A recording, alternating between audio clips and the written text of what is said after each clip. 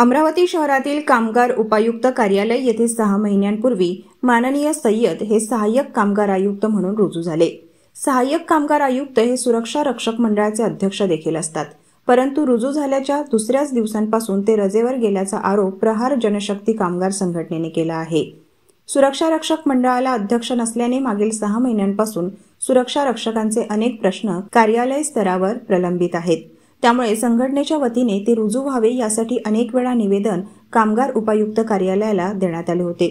तसेच सोमवारी ते रुजू होणार असल्याचे देखील सांगण्यात आले होते, परंतु सोमवारी देखील सय्यद हे रुजू झाले नसल्याने संतप्त प्रहार संघटना आक्रमक होऊन पदाधिकाऱ्यांनी कार्यालयातील सहाय्यक कामगार आयुक्तांच्या नावाची पाटी तसेच त्यांची खुर्ची फेकून त्यांचा निषेध केला।